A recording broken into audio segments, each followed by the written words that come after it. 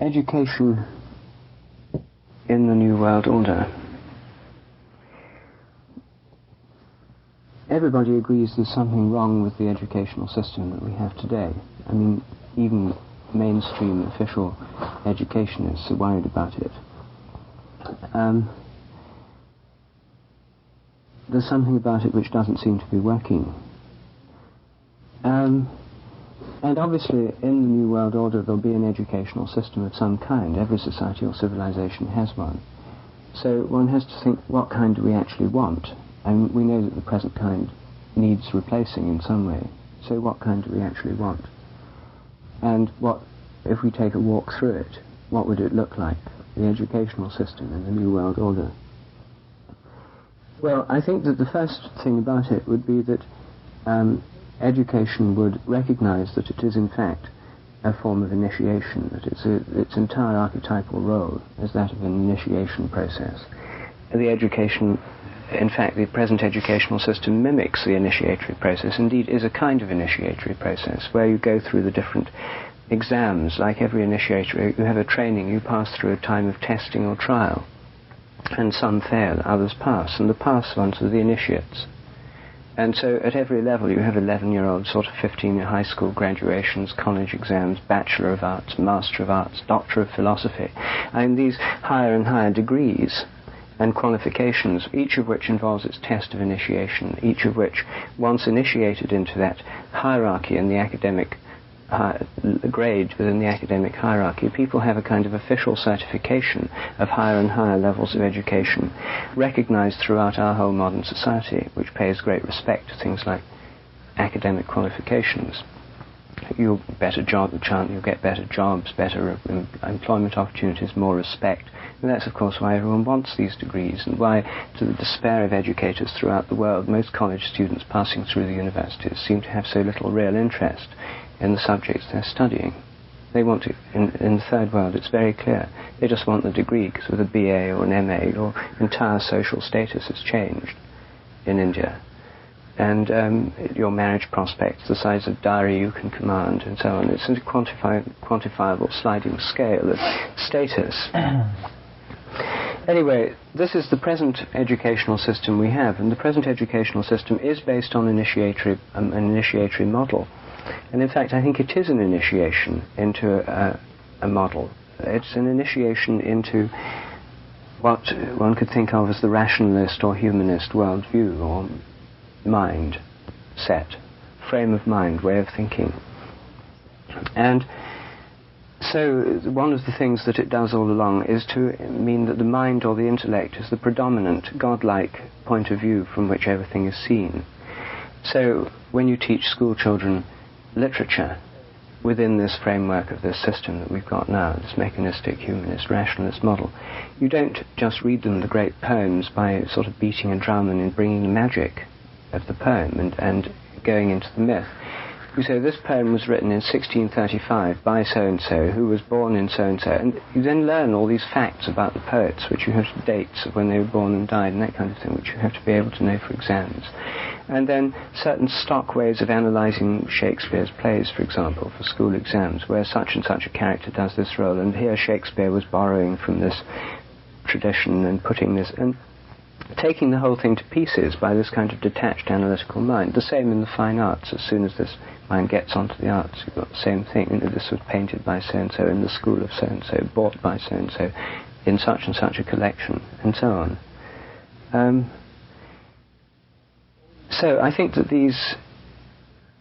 all these ways of distancing and the self and bringing the rational academic trained mind as being the supreme point of view is the initiation into which this educational system works. It makes that the supreme arbiter, a kind of human reason. And so it's this kind of rationalistic humanism. So it is an initiation right now. The present educational system is an initiatory system. one has to recognize that, and each of its levels, like commencement, graduation day from high school and so on, are attended by impressive public ceremonies which, in the classic tradition of public initiation and recognition to a higher grade or status, look like a medieval guild or craft. They're one of the few realms in which that kind of world lives on, with these hierarchical gradations. With robes and all the apparatus in the realm of science, of a scientific priesthood, in fact. And indeed it is the scientific priesthood envisaged by Bacon in the scientific world, the academic model, and the priestly role of the higher initiates in running and ordering society, the more educated.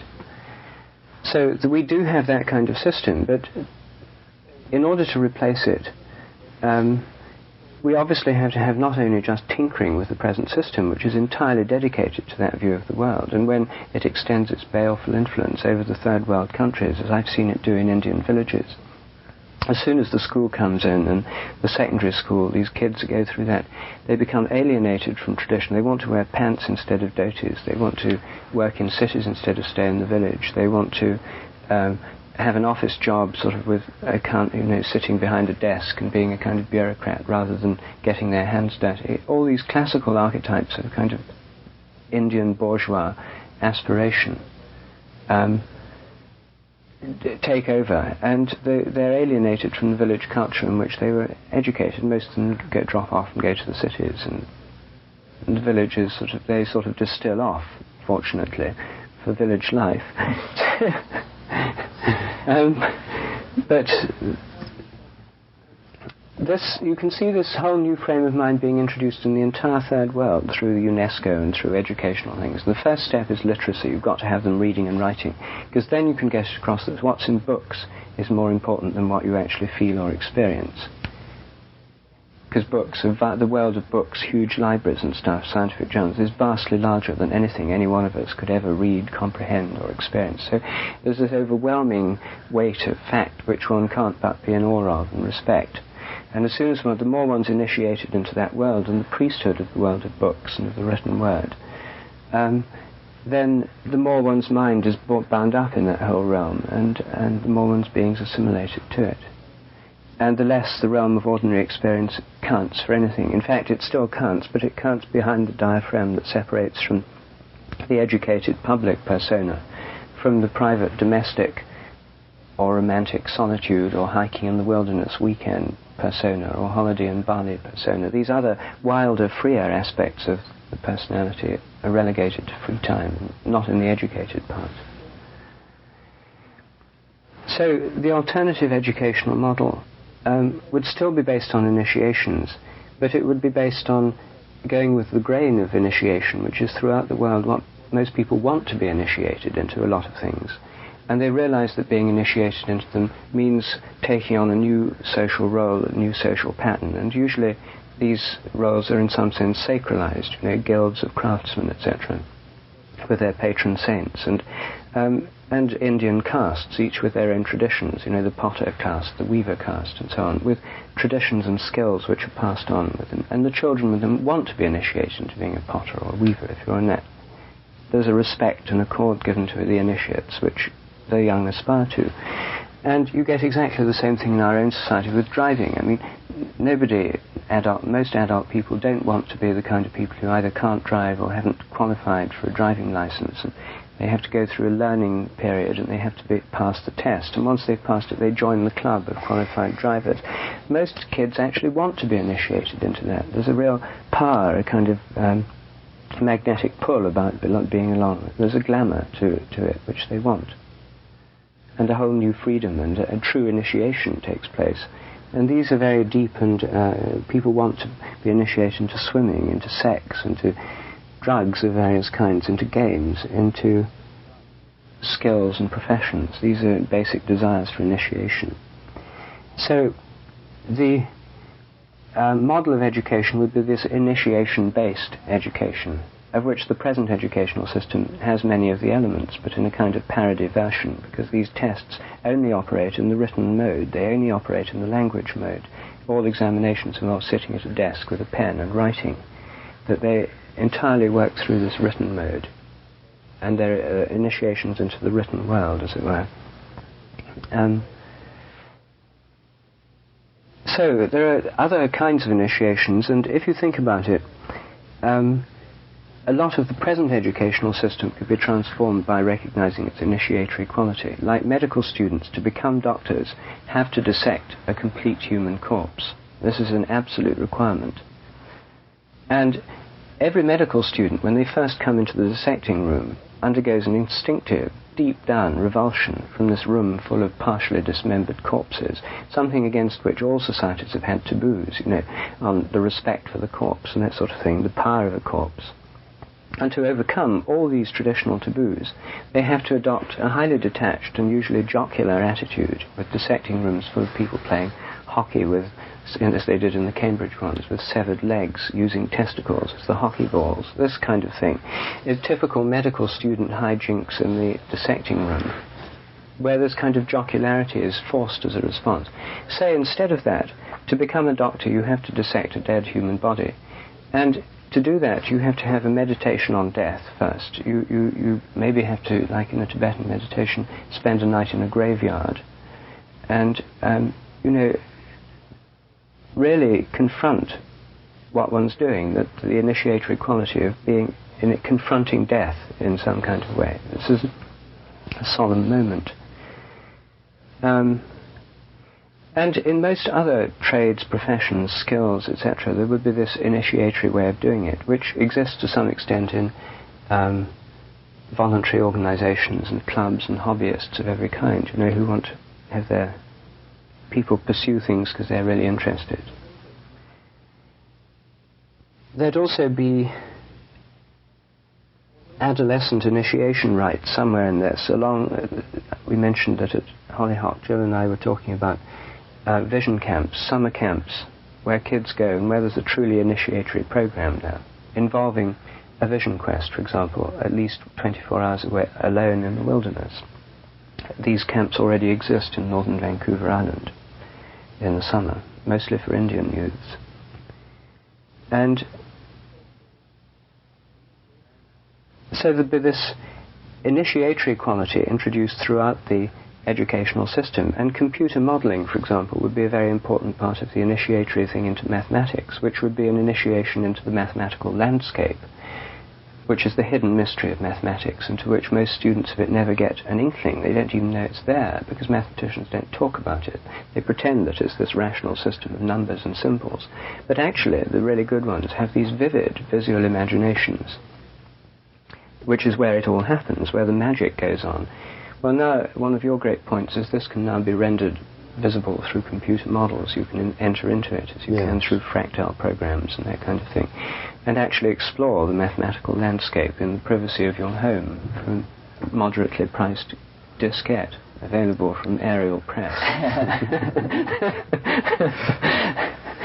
And so this obviously is part of it too.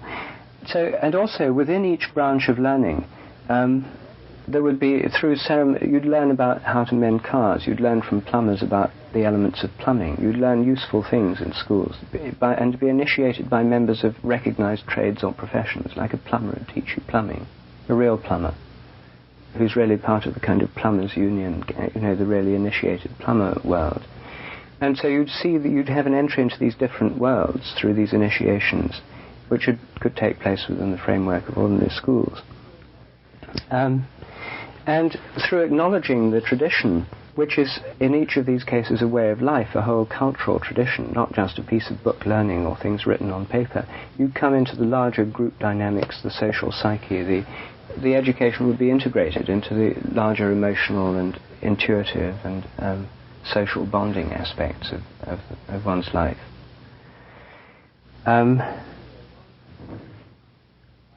Anyway, one kind of educational system that has this initiatory quality to some extent is the workshop system, and this is the principal alternative educational system that has developed outside the orthodox one. And it's obviously the best model for actually replacing the present one. A vast extension of the workshop system of education, because workshop-type education involves people interacting as a group, and it's impossible to forget the group dynamics. It's not just a teacher in a classroom who are meant to be quiet. although in fact what's going on is group dynamics of often turbulent kind. The workshop makes the group dynamics explicit and is the model of people who actually want to learn something together, to make some new insight, to make some new step or experience or transition, which, at the end of which, Friday noon, they'll have actually been through a kind of group initiatory experience, which has involved a group bonding, a new shared way of seeing the world, a new consensus reality emerging, a new insight into self-transformation, etc. Initiatory hopes, anyway. The other thing is that, the other final point is that for the educational system to be transformed, each branch of it, each profession of it that already exists as a kind of guild, like mathematicians have their own kind of guild, and biochemists, and these are guilds with their founding fathers, their honoured traditions, etc. They're like guilds. Each one of them has to, from within itself, within the group, have a new vision of what it could be, like revisioning psychology, like Hillman's book. There's the revisioning model, revisioning medicine. What would happen if a group of doctors got together, led in a workshop type format at somewhere like Esalen, and did things like shamanic chanting in a workshop format, and then also discussed what was their original vision in becoming a doctor, what was going right back to contact the original inspiration for each of them, and then tell it to other people. What did you see medicine could be? What's your experience of it as you've actually come into it? Limitations and so on. And what could a new vision of medicine be? A new kind of healing profession. This kind of revisioning could occur within each of the, what could a real botany be within the botanical? A real botany would be a science really related to the spirits of the plant world, as well with an understanding of their forms, names, colours, embryologies and so on, but essentially knowing in the greatest detail and relating to the spirits of the vegetative kingdom. So this would be what the new professions would be like, and they could be transformed, I think, by a whole transformation of consciousness that could come about in a group format within members of the profession, a whole new vision of what it could be. So, in summary, I think that in the New World Order, the educational model would be an education through initiation. The initiations will be things that people on the whole want to do and involve far more than just writing things down, but actually a real mental, physical and social competence to do whatever it is that needs to be done, which is what involved in real guild initiations, apprenticeships and so on. And that the workshop mode is probably the best model for what the new educational models would be like. And the professional groups that already exist to transform these traditions from within, which has to be done to maintain their organic integrity as a profession, and hence the source of ancient traditions which can actually have a mythic power and therefore help to transform. All this might happen in a new millennium and lead us into a new psychedelic world order. Well, it's very interesting. I agree. I think you put your finger on it, that this initiatory thing is the continuing thread from the archaic that could lead into the future, and that means there's reason for hope. The only thing I would really add to that is that when I imagine the educational system of the future, I think that part of our problem and how we reached this historical impasse was through accepting a kind of historical amnesia, and that the education of the future should have a tremendous focus on history. The educational system currently in place I take to have as its sort of paradigm the teaching of physics. In other words, the conveying of an extremely abstract, mathematically based description of nature that ushers into high engineering competence. And I would imagine in an ideal educational milieu in the future that perhaps the science of archaeology might replace the science of physics as the place where focus was to go. Most people are not aware of the revolution in information recovery ability that has occurred in archaeology in the last even 10 years. So that in a sense, a kind of telescope into the past is being erected by the world archaeological community. And teaching this is a way of re-anchoring ourselves from the post-industrial notion of history as a kind of trendless fluctuation or a class struggle or some of these other very disensouled models of what the human journey through time is. So I think we have fallen into a kind of historical amnesia. This has blunted the acuity of our political decision making, and that part of reforming education has to be to teach people that history is a system of interlocking resonances in which they are embedded, and they are going to be called upon to make decisions which will affect the state of life on this planet millennia in the future.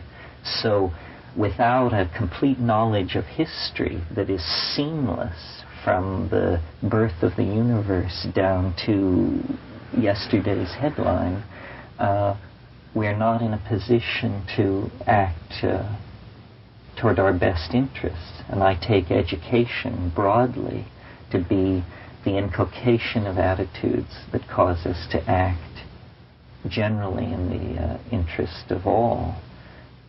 That's about it. I think your other very strong point is the power of the feudal guild model, and that this goes hand in hand with the McLuhanist expectation of what he called an electronic feudalizing of society, that this hierarchy of academic cant that has been built up is in fact a sham, a thing of squeaking gears and creaking pulleys that is left over from another age, and that we should just understand that education is a kind of value-neutral medium, and that whether you learn the Tao of waste disposal or the Tao of 16th century Spanish literature, you are essentially tilling the same field, and that people have lost the sense of the howness of their professionalism, and the educational system has been contaminated by concepts of class struggle, class difference, this sort of thing. Ralph, what's your take on that? Well, I like these revisions, as far as they go. I think the initiation mode is a good one in that it has a traditional track record, successful track record. It engages the motivation of children to try to proceed from the green belt to the brown belt and so on. And it also is, as you correctly pointed out, Rupert, is the system that we have in today's educational factory. So I think that this is excellent as far as it goes, and I like the workshop mode, and I think I agree, Terence, it would be valuable to infuse the curriculum with new dimensions of history, archaeology, and the revision of the past. And the revision of the past must be re-revised annually. And this mode would make that possible, because I presume in the workshop model you have in mind asking a different plumber every year, asking a different archaeologist. It would not be a professor with tenure. Oh no, the ones that are actually professional plumbers that would come in there. Yes, but still I think that this somehow doesn't go far enough. I feel uneasy in that maybe the main problems in the current system haven't really been engaged yet. And the trouble is we don't know exactly what they are. And no, I think this view is kind of focusing on higher education, and maybe that's good, because lower education will always be on the way to higher education, and when higher education is transformed, it will somehow change the whole system. And myself, I took a shortcut in school and left in the 9th grade and never returned. And then I entered early in university, and I'm now starting my 40th year, so I can not really suggest a revision of the elementary school system. Well, the inculcation of feminism and feminine values, or some kind of way of feminizing the whole system in those early grades, yes, that's well, probably this is the most like important. Infusing the current system with a new spirit, I think somehow won't do it. And among the rash of books criticizing the higher educational system this year, there's one, Page Smith's The Death of the Spirit, which he's a historian, America's premier historian, and he spent half his book complaining about the current system and the other half discussing how it got that way. And I was pleased to discover that the higher educational system of Europe and America is not getting worse and worse. It was always this bad. We can take fault even if we go to the first one, which is when Ptolemy gave this huge endowment to the Alexandrian Museum. Here we had professors with lifetime tenure, and the responsibility was to give one lecture per week or to contribute a poem or amusement for public display. Sounds like a good job. So Page Smith takes issue, first of all, with the tenure system. Now, I like the tenure system. I would be out on my ear years ago if I didn't have this very, very strong job security. But somehow it's part of the problem, I think. And you have to ask, in your vision of the new educational system in the new world order, where the workshops, who is organizing this? Where is the Department of Administration, the administration building? Who's deciding which workshops will be offered, which plumber will be, and so on? Will there be new emphasis on feminist revision of history? Will there be new results from archaeology or not? Somebody, after all, is deciding, whether it's the PTA or whatever. How many people are going to school? All, a few, those who wish? Rewards will be offered, yes or no? I mean, these things have to do with nitty-gritty, the nuts and bolts of running a school system. And as the system evolves, or devolves would be more honest, since we don't expect it to get better and better in the course of time, somehow the paths of its devolution, the seeds would be contained in this administrative system put in place in the beginning.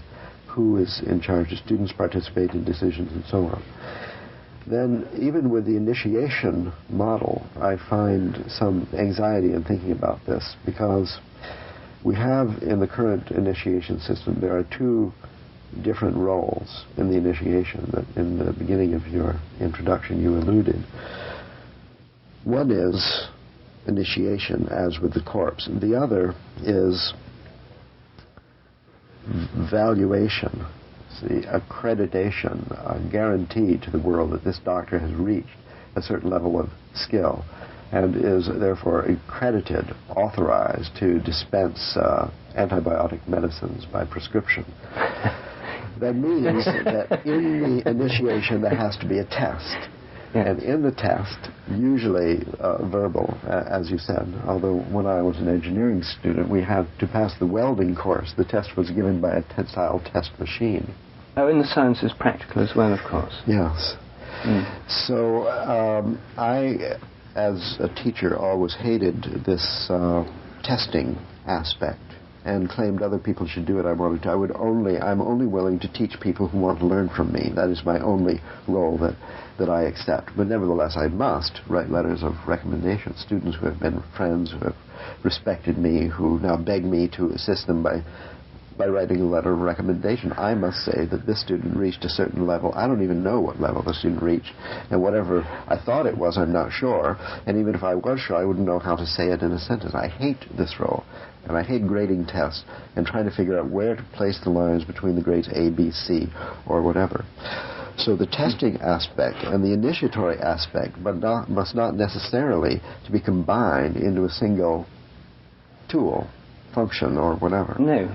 And so I like the initiation, I don't like the testing, and yet if you don't have the testing, then the educational system is somehow failing its mission to society in doing one of the things that society asks it to do, which is to produce tradesmen. You see, I don't accept plumbing in the educational curriculum. Everybody should learn computer programming and other kinds of plumbing, of course. But I think the heart of the curriculum, the school system, should somehow transcend the trades and the apprenticeship for a profession and the learning of basic skills, walk, run, jump, eat a complete diet, and so on. Where is spiritual value? Where is moral and ethical value? Where is the fabric of society, as it were? Where is that taught? If not in the school, then embedded in soap operas or where?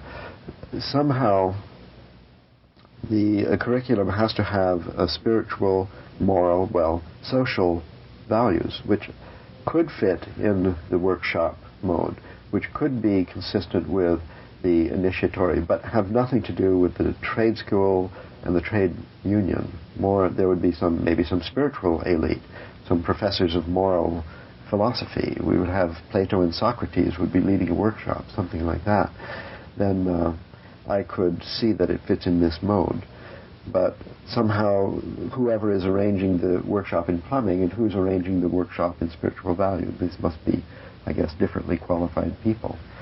Finally, I think this, another thing that has crippled the modern university is the isolation of the specialties. And I don't see in this new vision a way of dealing with that. I think that besides the workshop with one leader, we must have workshops with trialogue leaders so that the interplay of the different specialties could be given due time, in fact, equal time with specialties. I don't propose, as many people do, to replace courses in specialties completely with interdisciplinary courses. I think it's kind of a partnership, Mother Earth, Father Sky, that there will be specialties and equal time for syncretists to put it together and obtain some meaning from 3 or 4 specialties, and to free associate upon all of this, relating whatever is the subject matter of a workshop, of the entire educational experience, to the progress, the future of society, and the evolutionary challenges presented to each generation. Well, these are just some other problems I think not addressed by your suggestions so far, and that somehow these have to be not addressed individually, but taken into account somehow in the overall design of educational system for a new world order. It needs the participation of the community in the selection of the curriculum. It needs a certain rigidity that resists evolution that's too fast. It needs the partnership of the special and the general. It needs the relationship to life, not only in terms of fixing the faucets, but also in making moral decisions in every day about how to relate to altruism and selfishness and synergy. And I have no idea how to do this, how to change the system. I just think that what you've suggested is the beginning of an evolutionary track, very similar to the one that we're now on, and in the course of just a few years or generations would result in the same mess that we now have. We need a new idea. Well, I mean, what's obviously the element lacking from what I talked about and which you draw attention to is largely the kind of spiritual dimension, because I was talking about a reformed secular educational system, taking for granted the fact that the present educational system is secular. Now, if one can think of a spiritually based educational system, then it's in a completely different realm of possibilities. The problem, however, is that if it were Christian-based, then all the Jews, Muslims, Hindus, and atheists would object. If it were Jewish, all the rest, and if it were Hindu, then fundamentalist Christian parents would object. What's stymied, one of the terrible impasses of the modern educational system is because of secular pluralism, and because the importance secular pluralism has for the modern political ideology, which is this kind of humanist, capitalist, free market idea. I mean, it's a very important feature. It means that no one spiritual traditional practice can be used in schools. I mean, except in explicitly Roman Catholic schools or Jewish schools or Muslim schools, which is why a lot of people want separate Roman Catholic, Jewish, Muslim schools, exactly because they do think this is important. But in the secular system, you can't do it. So there's a terrible blockage there. And the only way to overcome this problem would be to have a new official world order, which could empower, accredit, etc., which is not the secular state, because the secular state, by its very nature, is desacralized. It's a humanist concept. Mm-hmm. So the thing is that this revolution would have to go a long way if you want the entire package A long deal. way. We want to go a long way. It would require some kind of new religious consensus into which people could be initiated. Now, I think that's perhaps hoping for too much. And my more moderate suggestion would be, firstly, that each initiation has to involve a real experience at different levels of reality. So like archaeology, you wouldn't just study in books and see slides and videos of these things. You'd have to go to certain sacred places and maybe spend the night there alone, if it was that kind, or the day there, or whatever, so that you actually came to know the spirits of these places that you've been talking about, the kinds of places. You knew it directly from real experience. And you'd also do this kind of thing. If it had this vision quest element, you'd have a group initiation quality to it as well, and there'd be a sense of initiation into social groups and the honor of groups and so on, which would be a series of self-regulating societies, which would be models. Then, if for the entire society to have a system of regulation, you need to have official state rights, like they do in Japan through the Shinto religion and the emperor, and as we do in Britain through the monarchy, and still acknowledged official state rights, like the royal opening of Parliament, praying for the Queen, and that kind of thing. But most countries don't have the possibility of transforming that system. In Britain we do, and I think the problem is quite different here in America, because there isn't. American politics is based on a different model, a desacralized model. Yes. So the alternative is the American way would be to have a free-for-all. And how it would work is this. Each student at age 17 would be given a book of 55 workshop vouchers, and they'd be told that to become an initiated adult, they'd have to take 55 workshops over the next 3 years, or maybe 40 workshops or whatever, and there'd have to be 5 in the kind of group dynamics, social myths, history, understanding our society, and the kind of social ethic as well as direct group experience. Some would be in philosophy, others in natural history and knowing about the natural world, etc. So you'd have some stipulation on the minimum number in each. And then there's a computerized, centralized Esalen, Hollyhock, etc. catalogue. Far many more workshop centres would spring up all over, based on modified summer camps, etc. And or modified schools, existing schools. And you'd have local patterns of workshops, and you'd have also ones to which people travel and stay. And I mean that the student's credential on finishing the use of the 55 vouchers would be the list of workshops that had been completed to the point of initiation. Then it would be, the whole process would be started by some initiatory thing into this pathway. Each workshop would itself have an initiatory pattern. And the whole thing would culminate in some final test, which would be the borderline from the student having passed a test not only involving intellectual skills, but also skills in groups, also some kind of social sense or responsibility, as actually done through groups and workshop learning, making group dynamics conscious and so on. And then there'd be some final test that involved all these, and it would be like one of these, and I think it could probably also involve, like the Eleusinian mysteries, a psychedelic revelation. I think this would be probably the best way to have the graduation thing. You'd have to have this psychedelic initiation thing. maybe mushrooms would be the best thing. Oh, absolutely. The archaic return, the culmination of the educational process in the archaic mystery, which is where it always ended. Well, besides the fact that you address my complaint about the lack of the sacred with actually an interesting covert plan for the introduction of a new world religion through these religious aspect of the initiations and the visits to the sacred sites. There's also the possibility, since there's no school in this plan, there are workshop centers all over the place, that ordinary courses of religion, ethics, and so on, according to different traditions, would also be offering workshops, and students, according to their choice of ancient tradition, That's could right, take yes. a Neo-pagan, Neo-Platonic, and Neo-Pythagorean, and Roman so on. Catholic, Methodist, Yes. Islamic, Hindu. There'd be workshops in these in Tibetan Buddhist, led by people in those traditions. If you want to know about Judaism, you don't go to a religious education instructor who tells you about it from a book. You go to do a workshop with a rabbi. Yes.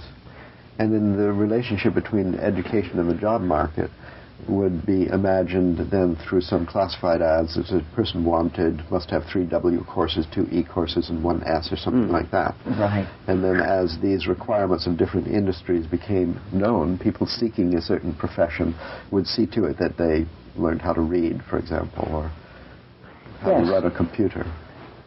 Well, that would be one way it would work, yes. And I think that this educational system probably would fulfill the needs of industry, although I hadn't thought of it that way, better than the present one, because it would actually give a much better sense of the industry. They're not interested in taking graduates who just think from books. They complain all the time in Britain about how they don't want university graduates in a lot of British industry, because their heads are too big, and they're too big for their boots, and they don't respect practical experience, so they'd rather take people straight from school.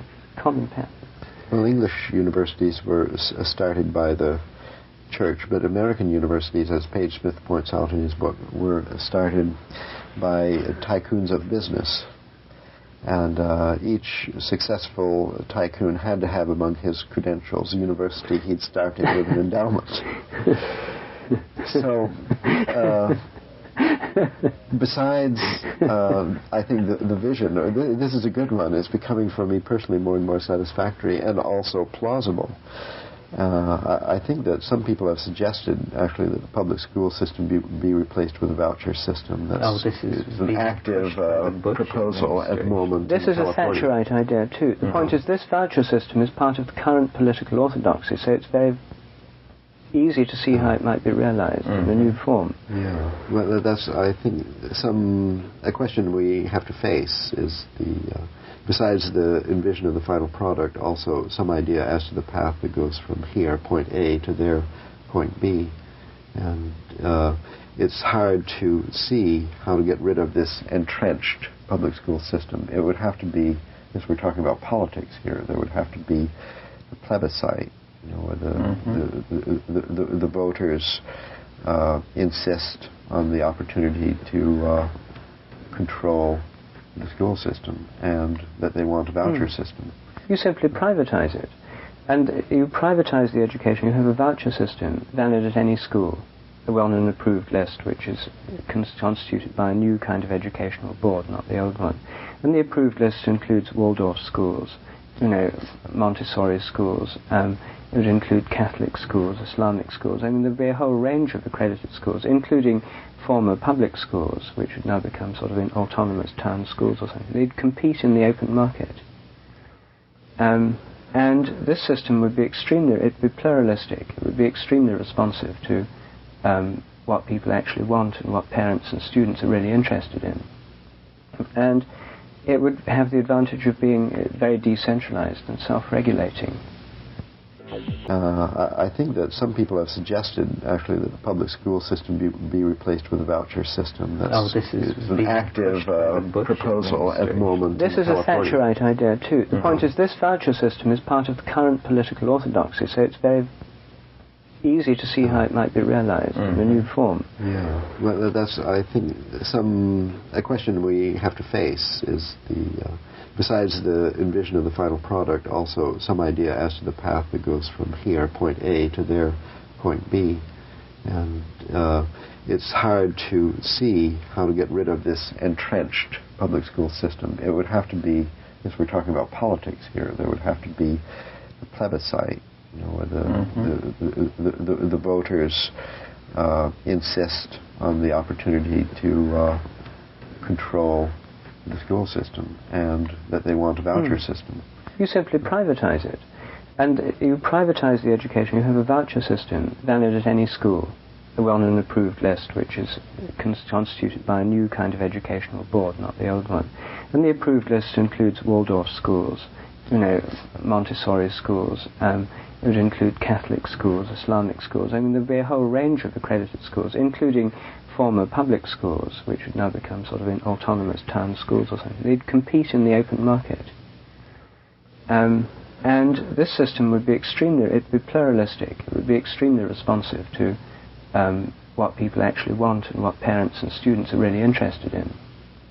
And it would have the advantage of being very decentralized and self-regulating. School as a business.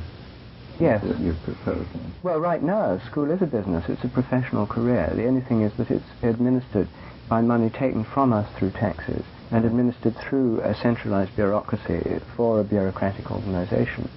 Now, school is a business. Both ways we're paying for it. I mean, it's not coming free either way. Right. But the way that you can deal with this is the voucher system are issued by the government to each student by the Ministry of Education. When you're 18, you get a book of vouchers. Probably medical schools and attorneys and so on would continue more or less as at present. And they would have entrance requirements that there's so many B courses for biology or S courses for science or something like that. But I think that you see the voucher system, the workshop mode, like you see the other side of this is the reform of the existing professions. Because if you have a group of astronomers, for example, revisioning astronomy, a workshop weekend led by some astronomer plus maybe Terence or you or somebody or me, or an outside person also to be part of the workshop group, maybe Joel to lead in some chanting. And then you go into what's their original vision of astronomy, what is it that interests them most, what could astronomy be again today? Well, one thing it could be is helping to reconnect people with the heavens, designing these henges that we were talking about, setting these things where you know where Jupiter and things are, so that this goes into every school, and so that children actually learn about the heavens. This would be, then there'd be things where people who are learning astronomy go out at night, have class at night under the stars and learn the constellations and have tests in how well they know them. So astronomy related once more to the actual heavens. That would be the new vision in astronomy, which with the direct experience, including maybe communicating with stars and the subject of star spirits, together with all the stuff on radio, pulsing nebulae and quasars and stuff. Yes. So, and in each science, Gaia, geology, the new geology, would not only involve studying rocks and knowing about them, but studying them in the context of a sense of the life of Gaia, a Gaian geology that would be in a Gaian perspective, and which would begin and end with right rituals that connect the geological profession to its patroness, Mother Earth. Well, as the bond issue and the plebiscite are put on the ballot and passed, the students are issued the booklets of 55 vouchers, and the new structure is put in place and simply begins. There still may remain a terrific lack of teachers who would wish to or be able to offer such courses. That the ignorance of the meaning of the ancient sites and the significance of the stars and so on can't be overcome in a day. So chances are in the new form people would continue teaching exactly what they teach today, and that the workshop of astronomers to revision astronomy and so on would not have a very quick feedback, or maybe any feedback, into the curriculum or the actual conduct of the school, so that while they envisioned a new astronomical profession, that the workshops at all the workshop centers kept on teaching the old one. And somehow there would have to be a miracle to get the whole system onto a new track. And this Wouldn't happen overnight. The resacralization aspect that we are mostly longing for could never happen, might never happen. Well, I think we need to trigger it. Well, I think that it would have to happen in this new model. You wouldn't just get a booklet of vouchers through the post. To start your path, you'd now be entering the stage of a kind of apprenticeship or learning. There'd be an initiation ceremony, and you could be initiated in any one of a number of ways, through a Christian, Jewish, Muslim. Each religion could run, or if you didn't want to have any of the ones offered by the various religions. The New World religion would always be a possibility. There'd be a new world, there'd be a chance for free enterprise in this area, sort of New Age initiations with vague stuff about crystals and green feminists. Yes, that kind of thing. There'd be all sorts of, but you'd have to go through one of these initiations, which would be based on initiating you on the path you're going on and calling in blessings on your journey and that kind of thing. Then you get your book of vouchers as part of this ceremony. And this happens at a sacred place of your choice. I mean, you're not forced to go through any one tradition. So setting up that particular system of initiation rites would be the key step for switching the whole system onto a new path. Yes. You'd have to sort of engineer that. That would be fairly easy, though, because you'd say the importance of initiation for the psychology of children is of vast importance, is now universally recognized. And you can make a strong case that therefore our educational system needs to have a more initiatory quality. We're talking about the 27 million young Americans who are of the age for this first initiation this coming fall, and how exactly are we going to accommodate this number of people in a new system with the production of 3,000 to 5,000 new teachers? Well, I'm not thinking, you're thinking about a model of overnight change of the entire American system. I'm thinking of a pioneering experiment in a limited area. That slowly grows if it deserves to. The thing is, the way that things happen organically in society, you never convert a system without some prior model of it working. I mean, whenever you try and get any money, persuade anyone, if you can say, look, this is, I've got it going, here it is, you can come and see it. You know, it's vastly more persuasive. And Shorthand does a lot better by being able to say, look, here are the plants, this is the botanic garden, that's it. Yeah. Rather than with a bit of paper saying there's this project and, you know, I think there ought to be something concrete. Yes. And so if the workshop system is already up and running as a concrete alternative to the present education, that's its great advantage. It exists. Yeah. It exists in a pluralistic free market form, which is self-sustaining so far without state subsidy. Yes. That people do because they want to do them. And they want to do them because they know that in the workshop they'll, on balance, come out feeling better than when they went in. So it's not much growing now, but perhaps if people did have vouchers, then it would suddenly start a rapid expansion. I think it would be a completely new format, because at present no one aged 18 goes to a workshop. It's a system of education entirely for the middle-aged.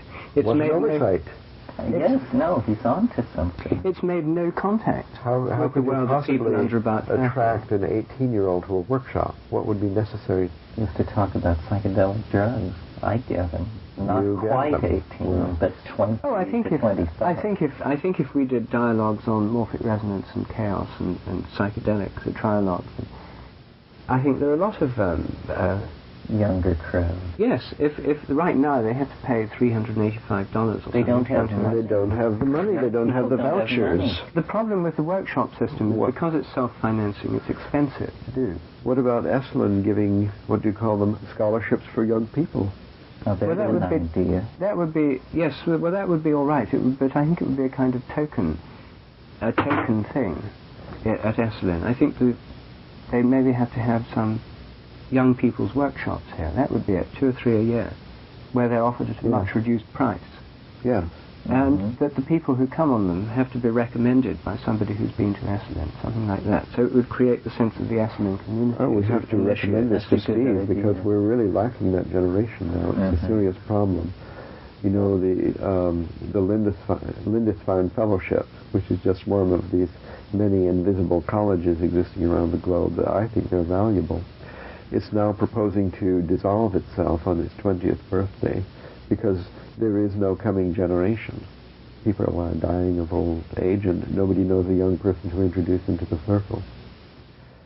So this is a tremendous hole in our bucket.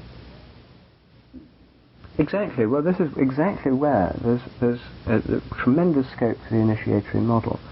You see, coming to Esalen is a kind of initiation for most people. Mm-hmm. Whenever you come here for the first time, it has an initiatory quality, and most people are the initiates who have an easy familiarity with things like hot tubs and getting wet food in the towels. lodge, and that kind of thing. So, if you there's one group of initiates, the teenage workshops, the 18 to 20-year-old workshops that happen at Esalen, which are initiations into kind of Gestalt and the kind of things that happen here, and you talking about EMT and me, and so on, which, to get there you have to be recommended by someone who's been here, and therefore there's a much greater sense of initiation into this world. The fact is, a lot of teenagers may not know that this world exists, or if they do, have a totally distorted view, but it is an independent, autonomous adult world, and that's exactly what people want to be initiated into. So the sense of a kind of somewhat more mysterious realm of possibility that you didn't know about. So this is a real thing. There is a whole world that most people don't know about. I think that's a great idea. We should end this trialogue and run out immediately and grab Steve and Nancy and tell them on the Esalen Youth Program.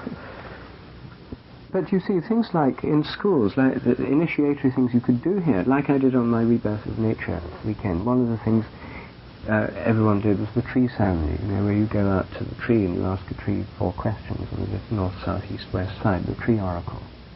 Yeah. Well, Jill does this in her workshops, and I found that within 3 hours of talking about, in this kind of context, the reasons for thinking the old worldview is inadequate, the problems of the mechanistic worldview, its temporary nature in relation to resurgent animism, the rising tide of new attitudes, etc., the temporary nature of the mechanistic predominance and so on, then everybody is happy to go and hold a tree and ask it questions and sit down by it. This tree oracle is very effective, it really works. Now that can be done and is being done with kids, because the Ojai Foundation has now started workshops for school teachers to teach them about the kinds of things you can do, chants, fire circles, vision quests, tree ceremonies. And they're now doing this with various schools, and including bringing them onto the land and doing ceremonies with them there. There's 15 schools now involved. So they've actually already got something going along these lines. And so you see this initiatory quality, so that if you're doing botany, then you learn about tree oracles. It's part of it. You have at the beginning of your course a tree oracle quest at the beginning of each term. And you have vision quests of various kinds built through the system. So I think that the Esalen and places which could be centres for these quests, these initiatory journeys, could fulfill an immediately, and I think the age range they should be doing the initiation is not the key one from 12 to 13. I think that's best done through modified summer camps, specially designed. But this could be the initiation into adulthood at 18 or 21. So these 55 workshops, they would begin with adulthood. Is that your idea?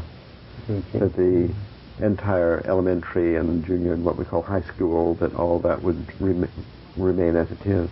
Well, I think that the model of trying it out with the initiation at 18 into adulthood, all applicants must be 18 or over.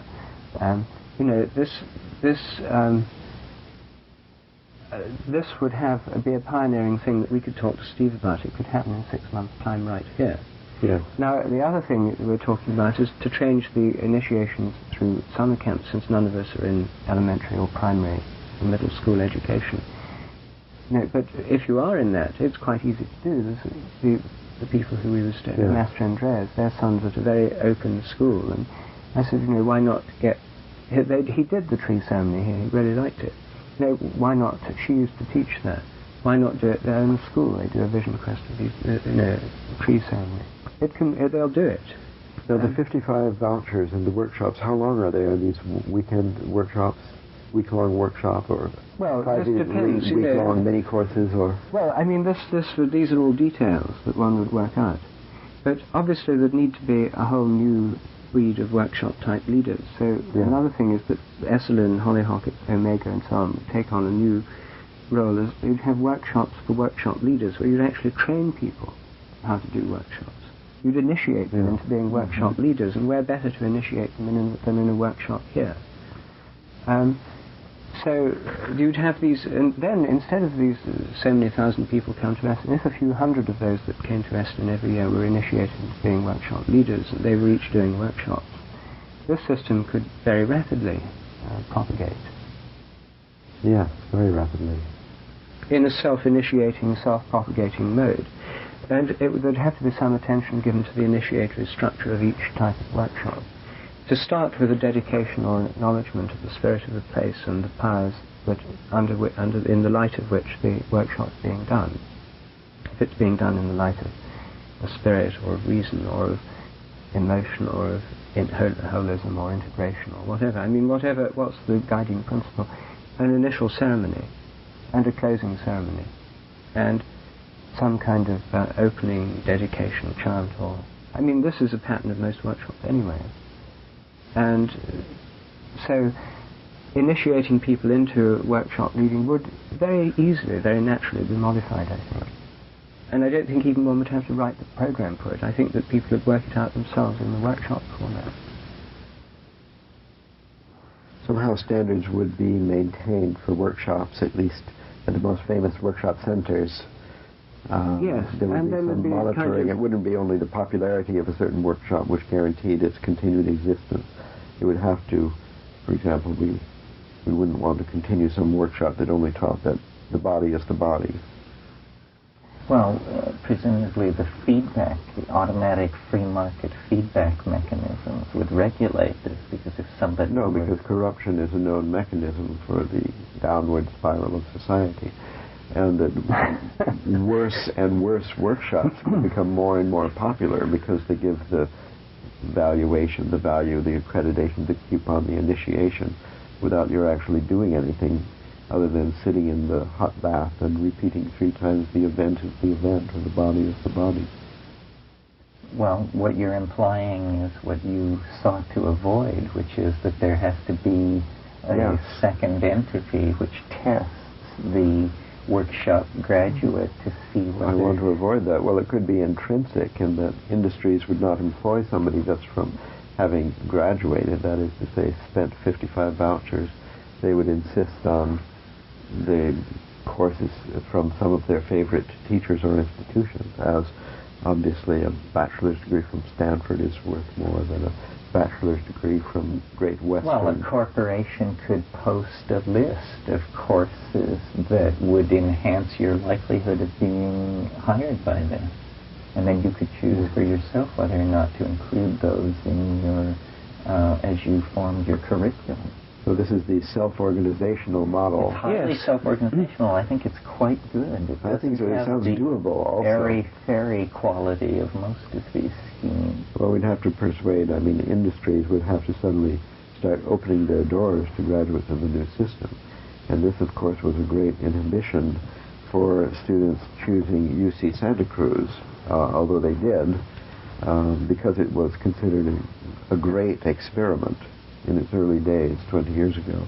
Well, you would have to go to people like Lawrence Rockefeller and Andrew Mellon and people like that to get a group of corporations to commit to accepting and hiring on the alternative. Yes, who are the great railroad magnates of today who have not yet endowed a university. Well, you could go to Apple Computer and propose to them, or you IBM, could go to some of these hip haberdashers, Esprit and so forth. Well, listen, these are big corporations. Yes. Well, you could start it actually with just a system, a voluntary system right now. You could offer these scholarships where you have to be recommended by an alumnus of one of the existing, Omega or Esalen or something. And you get these scholarships for, say, 5 workshop vouchers, valid over a 6-month period or something. And with a beginning ceremony and an ending ceremony for the whole thing, as this kind of initiation into adult. This could be started right away. And, they could do them in their vacations or in their summer vacation. It could fit in even with a standard student life pattern. But there'd be then this category of people who'd had a different kind of initiation, and each of them, when they went back to their college or university, people would be curious about what they'd done, and whatever it is they'd done, whatever they said they did, would be quite intriguing to a lot of people.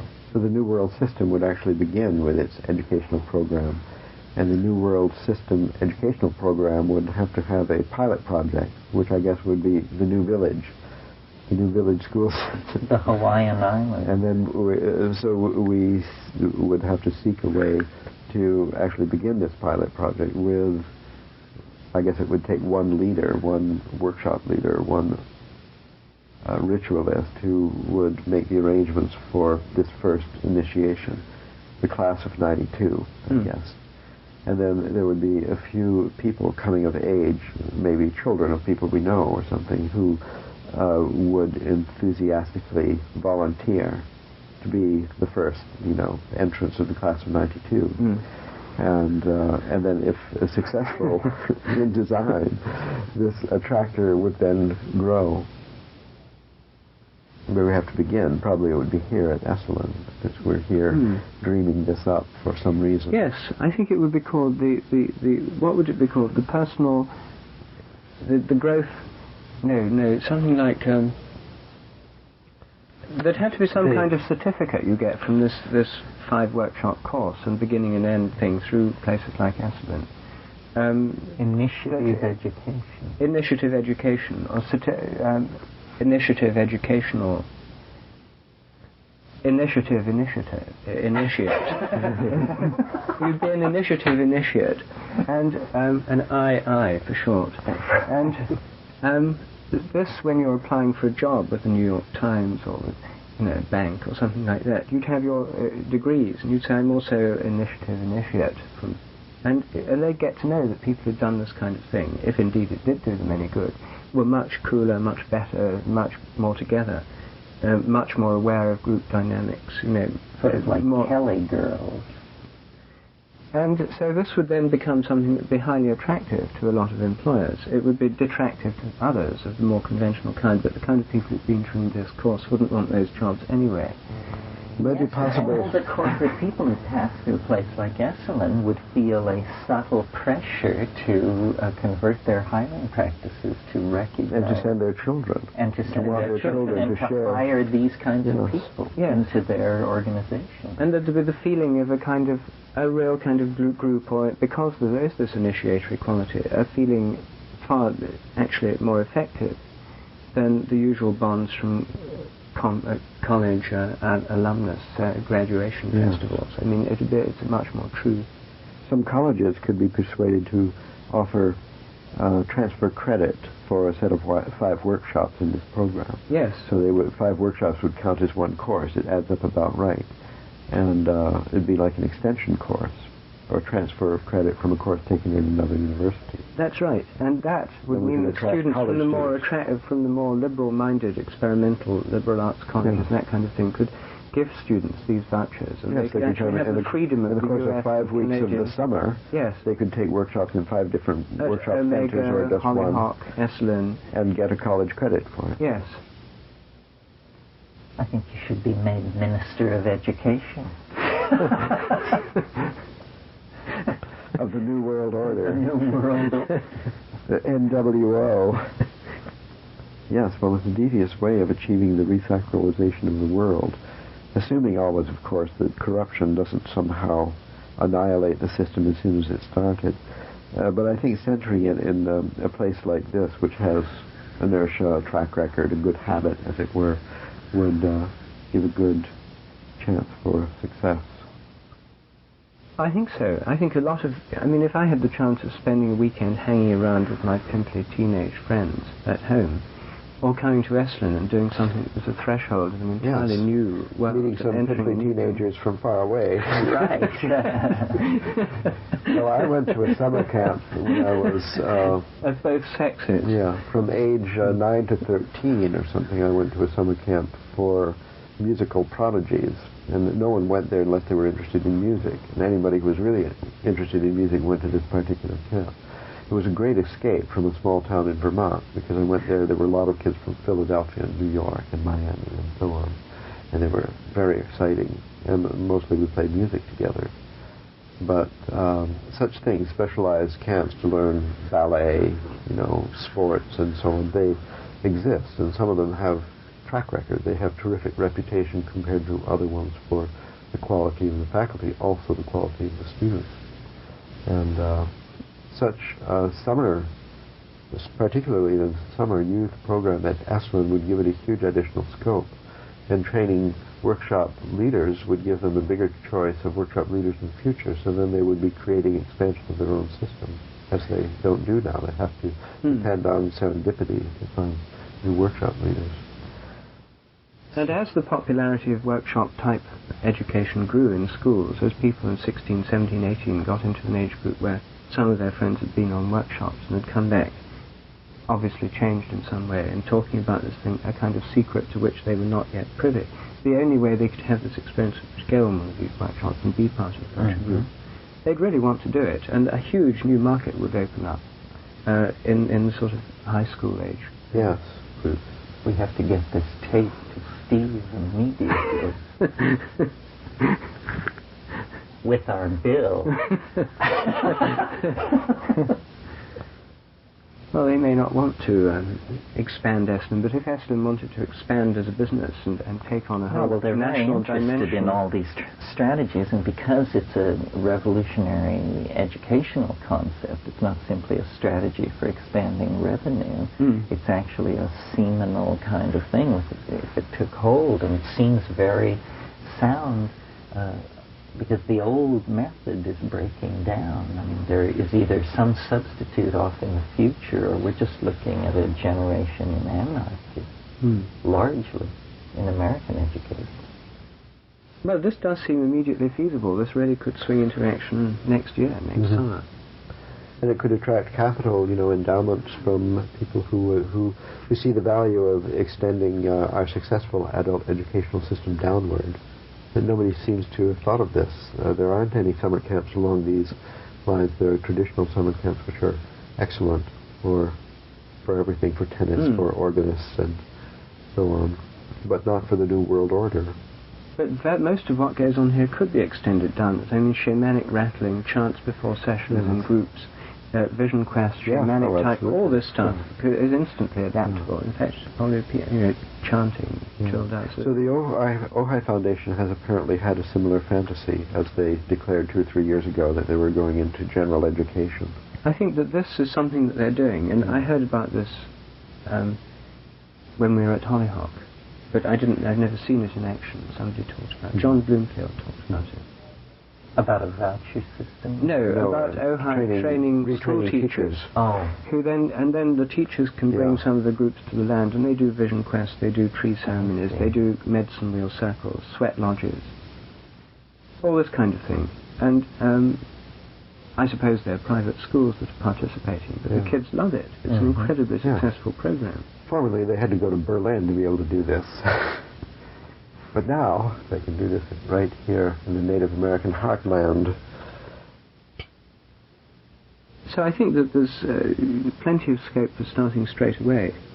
And yes, and for competing in systems and different versions, varieties, different flavors of the idea could be instituted in different locations, because there's an infinite market, essentially. And right now, people under 25 are totally insulated from this. When I give talks in Germany, in England, here in America, in the kinds of places I'm usually invited to give them, or conferences, the age range is from 35 to 50. Exactly. When I'm invited to give talks in universities, which in many ways I prefer, not because I like the structure, there's the kind of hierarchical structure of the professor, the lecture theatre, and all that kind of thing. But the face is full of bright, eager eyes, 18, 17, 19, 20. It's very nice. It's a totally different experience. And when I gave my lecture at the University of Bern, on my German Swiss tour, it's the only university one I did on the trip, it was much the best. There were 250 people in the Botany Institute. I was introduced by the man who invited me, who's a visionary, holistic botanist who really likes the idea of morphic resonance in understanding the evolution of plant form. Quite enthusiastic. But all the professors from different faculties, students and so on, the whole thing in English, no translation. And the atmosphere was absolutely electric. I mean, these kids had never heard this kind of view. I mean, it was totally new. They're normally insulated completely from ideas we take for granted. And they were extremely interested, very excited. Everyone was excited, positive, enthusiastic. It was a really wonderful event. Well, my courses in history of mathematics in Santa Cruz have a very enthusiastic audience. And my feeling is that this is sort of the radical fringe of the student population in Santa Cruz. So there's 10,000 students. I get 50, 60, or 70 of them once a year. But these people are very responsive, and they love the Hermetic arts, magic, astrology, alchemy, and so on. They're seriously excited. They're really turned on by it, and they do great research and study, and they know a lot already because they've been studying in the closet. And this is their first opportunity to come out and see that other people are also interested in this and connect up and have fun and be able to do it together. So what we do is introduce this parallel system which operates alongside the existing system, but it becomes so powerful an attractor as it impacts on schools as 6, 17, 18-year-olds go to the Esalen and other summer programs, and they go back and tell their friends, you know, school was nothing like this. You know, and it's really fun. Well, I think this is really our best and most revolutionary everyone wants idea. to do it. I think it's a good idea. And it'll spread enormously fast, I think, if it becomes something that slightly older people do. That see the possibility of the CIA instituting some negative publicity action on us, such as older teacher, younger student taking drugs, communing with tree, or some kind of thing. Such as they're very paranoid about this kind of negative publicity here ruining, and for this reason they may not want anybody age 16 or less hanging around because of the danger of scandal. Make it 18 to 23. For a start. I think make it 18 to 23 for a start. And then the parallel for the sort of 11 to 13, this kind of puberty initiation, the parallel, which is often associated with transferring to a different grade of school, or being in a middle school or whatever, that whole thing is ceremonialized, or at least puberty rites through vision camps. But the people who best handle that are the people who run kids' summers camps, with many of which do have another dimension and get back to nature, that kind of thing. And they have their watchdog mechanisms in place. And they have campfires and so on. I mean, people from that world come to a workshop at Esalen where there's an exploration of new revisioning education. And the two are discussed together, and they go back and work out models that work there. Meanwhile, this new one works out here. We can handle, the people at Esalen can handle in general this age group, I think. 18 to I think so. Yes. We'll start by the revision of higher education, as they call it, 18 to 23. That's the university age bracket. And this would create such a powerful competing attractor, because the more people know that it's more fun than that system, and the more the possibility of doing it through or within the traditional system by vouchers or going out and getting credits, the more and more people will want to do it. Yes. And I think that it would then, the traditional system's faults have become more and more apparent, because more and more people within it would have had another take on what education could be like. Yeah. And I think that morale would rapidly crumble and be faced with it, since they'd already got it, by reform they could introduce more of this kind of thing. Teachers would be rushing to take courses in the new methods. Yes, the new methods. So that they could compete successfully with their neighboring teachers for students. Who wants to have an empty homeroom? That's right. No, this is free market economics working in yet another area. Yes.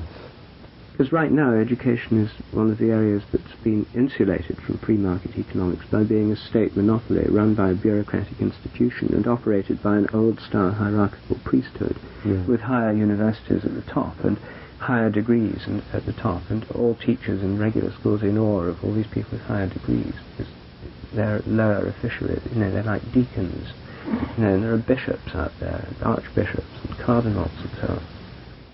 So it would dismantle, it's one of the last bastions of the old hierarchical order.